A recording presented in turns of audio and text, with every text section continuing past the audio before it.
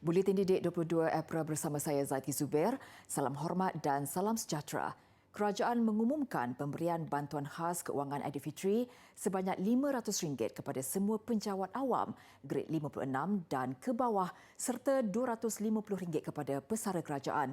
Pejabat Perdana Menteri memaklumkan pemberian itu akan turut membabitkan kaki tangan lantikan kontrak untuk perkhidmatan, pegawai sambilan harian serta lantikan di bawah MyStep. Dalam satu kenyataan, Pejabat Perdana Menteri menjelaskan bantuan khas itu yang bakal memanfaatkan lebih 2 juta penjawat awam dan pesara akan dibayar bersama dengan pembayaran gaji Mei iaitu pada 6 Mei depan. Pemberian ini adalah bagi menghargai jasa dan pengorbanan penjawat awam dalam menggalas tanggungjawab menyampaikan perkhidmatan kepada rakyat terutamanya semasa negara mengharungi tempoh yang penuh cabaran ini. Mesyuarat Majlis Jemaah Menteri bersetuju untuk Majlis Perubatan Malaysia MMC mewakili negara bagi membolehkan Malaysia mendapat status pengiktirafan daripada Persekutuan Sedunia bagi Pendidikan Perubatan WFME. Menteri Kesihatan Datuk Seri Dr. Adham Baba berkata langkah itu sebagai usaha ke arah menjadikan program perubatan di negara ini setaraf dengan piawaian antarabangsa. Dalam kenyataannya hari ini, beliau memaklumkan graduan perubatan dari 35 program perubatan beasiswa tempatan yang diakreditasi oleh Agensi Kelayakan Malaysia dan Majlis Peperiksaan Malaysia tidak akan berpeluang untuk menimba pengalaman klinikal termaju di Amerika Syarikat jika Malaysia tidak tersenarai dalam program pengiktirafan berkenaan. Bahkan pengiktirafan WFME membolehkan perkongsian pengetahuan dan maklumat dilakukan selain melonjakkan nama negara sebagai hub kualiti perubatan Asia Tenggara. Universiti Sains Islam Malaysia USIM bakal menjadi universiti tempatan pertama membangunkan modul latihan dengan menekankan aspek pemikiran masa hadapan untuk belia negara ini. Pendidikan belia berpandangan jauh dan sivik atau ringkasnya Values 2021 itu bertujuan memberikan pendedahan ilmu dan kemahiran kepada belia berkaitan pendidikan sivik, kepimpinan, kesukarelawanan dan literasi keuangan. Program percubaan selama setahun bermula Januari lalu itu mendapat kerjasama Jabatan Perdana Menteri dan Kedutaan Amerika Syarikat. Menurut Naib Chancellor USIM, Profesor Datuk Dr. Muhammad Rizal Wahidin, program terbabit diharapkan dapat membentuk naratif generasi baharu dengan pendekatan segar, dinamik, progresif dan dekat dengan masyarakat. Turut menjadi kumpulan sasar utama ialah pelajar sekolah agama sama ada milik kerajaan atau swasta. Jadi kalau kita lihat mereka ni boleh membantu negara, agama, bangsa dan negara ini, itu adalah satu kejayaan yang sangat besar sebab kita tidak mahulah iaitu peserta-peserta khususnya daripada pelajar-pelajar daripada sekolah-sekolah agama untuk rasa dipinggirkan. Nada sama disuarakan Menteri di Jabatan Perdana Menteri Datuk Seri Dr. Zulkifli Muhammad Al-Bakri yang menyarankan belia di sekolah agama merebut peluang mempelajari ilmu dan kemahiran baharu melalui program di bawah USIM itu. Ia juga akan menentukan survival institusi pendidikan agama Islam di negara ini, termasuklah sekolah pondok dan pusat tahfiz. Pendekatan holistik diperlukan bagi menjayakan agenda ini. Justru Jabatan Perdana Menteri Hal Ehwal Agama turut sama menyokong usaha ini untuk menggalakkan belia Islam, terutamanya daripada sekolah-sekolah agama kerajaan atau swasta dalam memastikan kesedaran tersebar luas dalam masyarakat kita. Turut hadir Duta Besar Amerika Syarikat ke Malaysia, Brian D. McFeeters. Ranking Universiti Teknologi MARA UiTM melonjak naik pada kedudukan band 101 hingga 200 pada tahun ini susulan pengumuman Times Higher Education di Impact Ranking semalam. Kedudukan itu jauh lebih baik berbanding tahun lalu di mana UiTM berada pada kedudukan band 401 hingga 600. Menurut Profesor Dr. Rozia Muhammad Janor, Timbalan Naib Chancellor Akademik dan Antarabangsa UiTM, dalam edisi ketiga di Impact Rankings ini, sejumlah 1,115 universiti di seluruh dunia telah mengambil bahagian dalam penarafan berkenaan. Tahun 2021 merupakan tahun kedua penyertaan UiTM dan ia sekaligus menampilkan kecemerlangan pencapaian universiti dengan meraih tempat keempat teratas daripada keseluruhan 19 universiti di Malaysia yang menyertai. Berbeza dengan penarafan dunia yang lain, The Impact Rankings memberi tumpuan terhadap 17 matlamat pembangunan lestari SDG dalam usaha menyemai keharmonian serta kemakmuran alam dan masyarakat sejagat. Tambah Profesor Dr. Roziah, pencapaian yang memberangsangkan ini adalah hasil pendekatan dan pelaksanaan perancangan strategik UiTM 2025 yang telah dimulakan mantan Naib Chancellor UiTM Profesor Emeritus Datuk Dr. IR Muhammad Azrai Kasim. Kementerian Pendidikan Malaysia KPM akan merujuk nasihat dari Pusat Kesihatan Daerah PKD berhubung penutupan sekolah kawasan di bawah Perintah Kawalan Pergerakan PKP.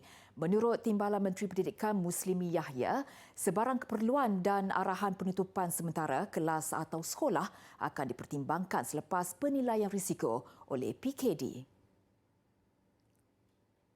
Dan PKD dia ada penilaian risiko dia sendiri untuk melihat bahawa sekolah ni wajar ditutup ataupun tidak. Kalau anda kata sekolah ditutup, dia hanya membawa maksud dalam masa yang singkat. Mungkin dalam masa 2 hari untuk tujuan sanitasi dan mengenal pasti kontak rapat kepada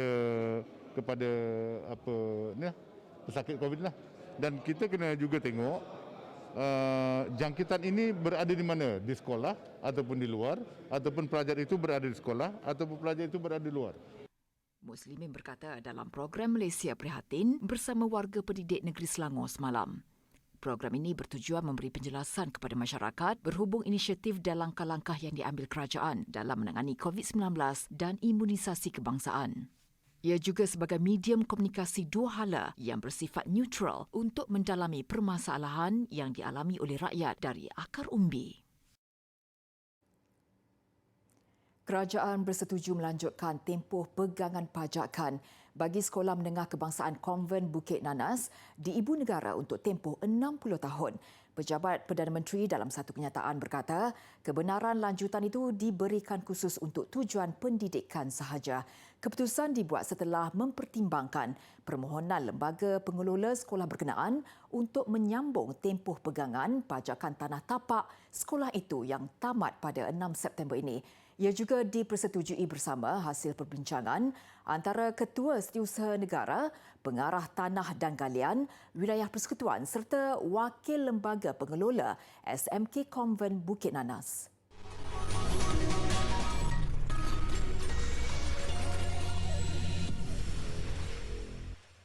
Bersua kembali, kerangka Pelan Transformasi Industri Mineral Negara TIM 2021-2030 yang dilancarkan Perdana Menteri Tan Sri Muhyiddin Yassin hari ini akan menjadi agenda baharu negara sebagai rujukan utama semua pihak berkepentingan bagi memastikan industri itu dapat dibangunkan secara holistik.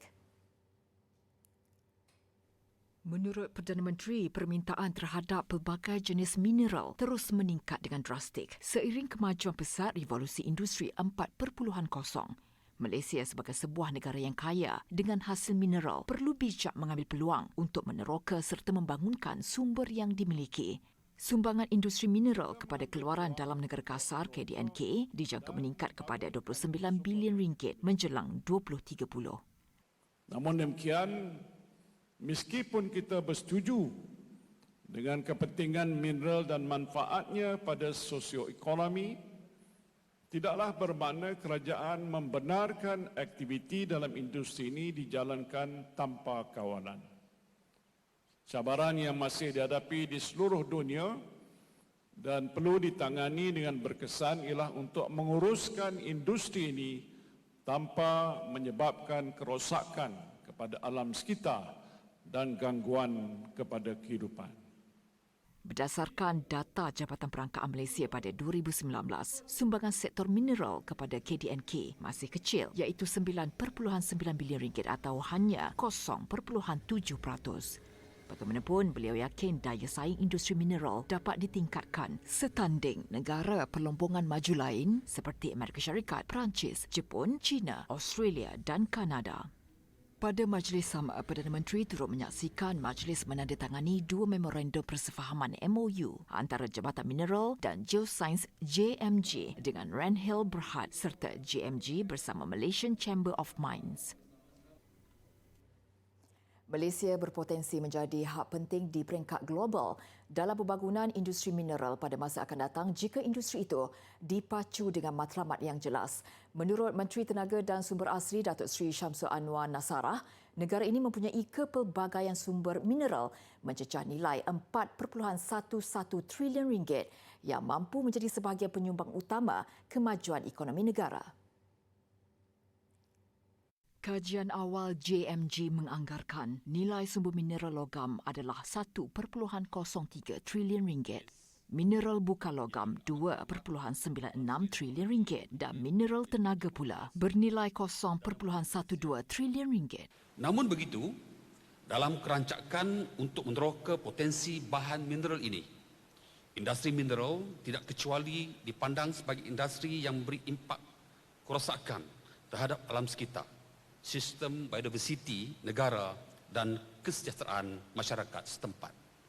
Oleh yang demikian, Kementerian Tenaga dan Sumber Asli bertanggungjawab memastikan sumber mineral diurus secara efisien dan bertanggungjawab.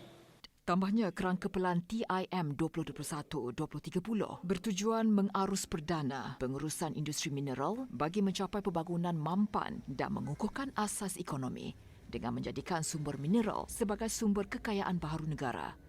Di bawah pelan ini, industri mineral tempatan dijangka berkembang dalam tempoh 10 tahun akan datang.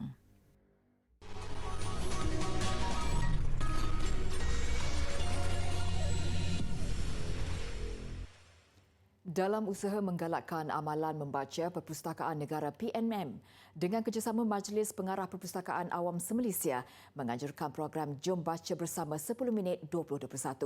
Program yang bertemakan Baca Itu Terapi dilaksanakan secara hybrid melalui platform fizikal dan dalam talian serentak di seluruh negara. Program digerakkan sebagai kesinambungan Jom Baca Bersama yang disertai lebih 26 juta orang sejak diperkenalkan pada 2014. Perasmian yang berlangsung secara maya di Ibu Negara siang tadi disempurnakan Menteri Pelancongan Seni dan Budaya Datuk Seri Nancy Shukri. Pada pagi ini, serentak di seluruh negara, di Perpustakaan Awam Negeri, Perpustakaan Guna Sama, Pusat Sumber Sekolah dan Media termasuk Perpustakaan Negara melaksanakan program ini iaitu daripada jam 11 tadi hingga ke 11.10 minit kita baca serentak. Ini merupakan simbolik iaitu untuk diterjemahkan kepentingan membaca itu. Bukan hanya 10 minit tetapi 10 minit itu adalah penting untuk kita menjadikan dia akan jadi sejam, akan jadi 2 jam, akan jadi berhari-hari untuk kita membaca dan kita mulakan dengan 10 minit ini. Program seumpama ini dalam perancangan untuk diperluas ke peringkat kebangsaan agar masyarakat memartabatkan budaya membaca seiring dengan keadaan semasa dan bagi meluaskan amalan membaca tanpa mengira tempat. PNM turut menyediakan hampir 52.9 juta bahan bacaan secara digital yang terdiri daripada 22 pengkalan data. Kesemua bahan bacaan termasuk e-journal, e-artikel, e-majalah ini boleh diakses secara 24 jam 7 hari seminggu. Dalam pada itu, di Kuala Lumpur, sebanyak 294 sekolah menengah dan rendah mengambil bahagian program Jom Baca Bersama 10 Minit yang berlangsung siang tadi. Tidak terkecuali Perpustakaan Negeri yang turut menyokong dan mendapat sambutan meskipun berlangsung dalam norma baharu. Tinjauan siang tadi dilakukan di Perpustakaan Taman Tun Dr. Ismail Kuala Lumpur. Program yang bermula seawal jam 9 pagi dihadiri Timbalan Pengarah Sektor Pembelajaran Jabatan Pendidikan Wilayah Persekutuan Kuala Lumpur Abdul Aziz Mat Hashim. Majlis dimulakan dengan sesi biblioterapi Baca Itu Terapi yang disampaikan pensyarah Fakulti Pengurusan Maklumat UiTM Profesor Madya Dr. Nur Hayati Husin. Menurut Pustakawan Kanan Perpustakaan Kuala Lumpur Anita Muhammad Jali, sebanyak 104 sekolah menengah serta 190 sekolah rendah di Kuala Lumpur menyertai program itu tahun ini. Malah menariknya, ia turut disertai Maktab Tentera Diraja. Untuk program hari ini saja kita ada buat siaran langsung melalui menggunakan media sosial, FB Perpustakaan, FB JPWP juga. Kemudian dari segi MAPAM, Majlis Pengarah-Pengarah Perpustakaan Awam Malaysia, kami telah berpakatlah untuk 14 buah negeri itu untuk sama-sama membaca pada pukul 11 tadi. Jadi kita ada buat juga Zoom meeting. Jadi di situ boleh kita nampaklah effort ataupun kesungguhan orang perpustakaan-perpustakaan awam untuk mempromosikan program ini. Pada majlis ini turut dilancarkan aplikasi Buffet at PKL yang membolehkan pembaca membaca sebanyak 3,000 bahan bacaan yang terdiri daripada surat khabar, majalah, novel dan buku terkenal tempatan. Berdasarkan statistik sejak 2015 hingga tahun lalu, program Jom Baca Bersama 10 Minit berjaya menghimpunkan kira-kira 25.93 juta pembaca di seluruh negara. Di layan Bak Raja Sehari, ini pula cerita unik dari Taman Tema Air Lost World of Tambun Perak yang meraikan pasangan badak air Juwita dan Jiwang dalam satu majlis perkahwinan. Menariknya, majlis resepsi spesies badak air dari Afrika itu diadakan mengikut konsep Melayu tradisional lengkap dengan paluan kompang, bunga manggar dan dulang hantaran. Pengurus besar LWOT yang juga bapa pengantin, Nurul Nuzari Muhammad Azhari berkata, pasangan itu disatukan dan dibiarkan bersama sejak 3 bulan lalu sebagai proses penyesuaian. Dan kenduri yang diadakan semalam adalah simbolik menyambut kehadiran Jiwang sebagai peneman Juwita yang bersendirian sejak 5 tahun lalu. Juwita badak air betina berusia 21 tahun, memiliki berat kira-kira 1.4 tan. Manakala pasangannya Jiwang seberat 1 tan dan berusia 10 tahun. Untuk menyatukan dua badak air bukanlah senang sebab apa, kita kena ada exhibit. Maksudnya yang telah yang di-approvekan ataupun yang telah orang jenis kata penyelidikan kena datang untuk approvekan exhibit ni. Maksudnya dua haiwan ni boleh duduk dalam tempat yang sama. So preparation ni kita dah lakukan daripada lebih kurang 2-3 bulan sebelum kita bawa Jiwang datang pada bulan 1. Tambahnya, kebanyakan badak air di negara ini adalah genetik yang sama dan jika disatukan kemungkinan besar anak yang lahir tidak dapat bertahan lama atau cacat. Justru pihaknya mengambil langkah dengan membawa masuk badak air jantan dan betina berlainan genetik dari luar negara. Bagi memeriahkan lagi majlis, tetamu turut diundang ke majlis tersebut yang berlangsung di Hippo Kingdom mengikut SOP serta jumlah tetamu yang dihadkan. Senaman apakah yang sesuai di bulan Ramadan? Yang pertama adalah senaman ringan. Intensitinya di antara 50 hingga ke 60%. Aktiviti yang boleh dilakukan adalah berjalan pantas, jogging secara perlahan. Masa yang diperlukan adalah di antara 20 hingga ke 30 minit bergantung kepada individu. Baik. Waktu bilakah yang sesuai untuk melakukan senaman ini? Waktu yang sesuai, yang pertama adalah 1 jam sebelum berbuka puasa. Yang kedua, setelah selesai berbuka puasa, namun hanya minum air dan kuih yang sedikit sahaja. Dan juga boleh dilakukan senaman ini selepas 60 hingga 90 minit berbuka, iaitu selepas kita makan. Kenapa kita perlu elakkan senaman yang berat? Kerana sewaktu berpuasa, badan kita kekurangan air. Jadi risiko untuk mengalami dehidrasi adalah sangat tinggi. Dan juga seseorang itu boleh pingsan.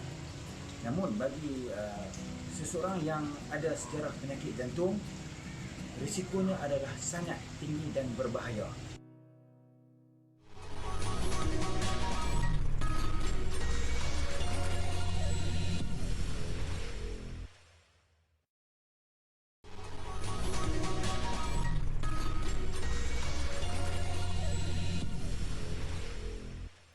Sibuk menjalani latihan menjelang Sukan Olimpik dan Paralimpik Tokyo 2020 tidak menghalang beberapa atlet kebangsaan melakukan aktiviti amal di bulan Ramadan. 100 bekas bubur lambuk diagihkan kepada orang ramai yang merupakan sebahagian promosi program Road to Tokyo 2020. Ia membabitkan 4 atlet program Road to Tokyo RTT. Farah N. Abdul Hadi dari Sukan Gimnastik, Khairul Anwar Muhammad Memanah, Muhammad Afiq Muhammad Ali Hanafiah dan Siti Nur Iyasah Muhammad Arifin para olahraga. Program yang diadakan di perkarangan Bazar Ramadan Stadium Bukit Jalil merupakan salah satu usaha untuk mendapatkan sokongan rakyat Malaysia buat atlet kebangsaan yang akan berjuang di Sukan Olimpik dan Paralimpik Tokyo nanti. Bulan Ramadan ni ialah kita pergi bazar dengan keluarga dan buka puasa dengan keluarga, tapi dengan sekarang memang susah sikitlah nak pergi bazar sebab kita pun nak kena jaga SOP dengan ialah kita tengah prepare sekarang untuk Tokyo, so kita lebih fokus dalam training dan kita sekarang berada dalam MSN saja. Kami punya program kalau training tu biasalah tak ada perubahan daripada segi waktu training semua memang tak ada perubahan sebab kita pun memang sebelum ni pun kita dah biasakan macam ni, so walaupun dalam keadaan berpuasa kita still nak tetapkan kita punya latihan lah sama sebab bila macam competition, saya pun pernah semasa competition di dalam bulan Ramadan, so ada time kita berpuasa bila tak dapat, so kita itu lain lah. Selepas tertangguh sekian lama akibat pandemik COVID-19, Sukan Olimpik Tokyo dijadual bermula pada 23 Julai hingga 8 Ogos 2021. Manakala Sukan Paralimpik akan berlangsung pada 24 Ogos hingga 5 September 2021. Sebuah kereta klasik yang pernah menjadi milik mendiang Putera Philip kini ditempatkan di sebuah museum di Sri Lanka. Uniknya, jentera yang berusia hampir 90 tahun itu masih kekal utuh selepas melalui beberapa proses pembaikan serta restorasi. Menurut pemilik baharunya Sanjeev Gardiner, The Duke of Edinburgh itu merupakan seorang peminat kereta. Jentera terpakai 1935 Standard 9 ini dibeli pada harga £12 sewaktu mendiang berkhidmat bersama Tentera Laut British di Colombo pada 1940. But in the 1950s, my father found that the gentleman who was in charge of Cable and Wireless Sri Lanka owned a car that Prince Philip had bought while he was stationed here in 1942, I believe, under Lord Mountbatten during the war.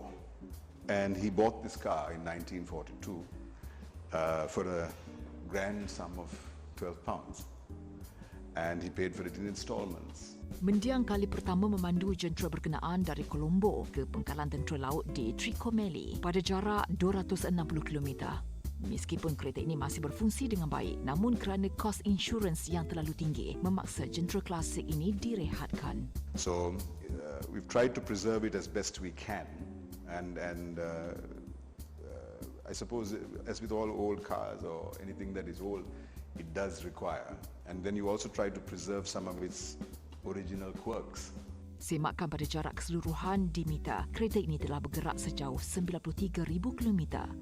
Ketika ini, jentera berkenaan diletakkan di hotel milik Sanjeev yang turut mempunyai museum khusus untuk tarikan pengunjung.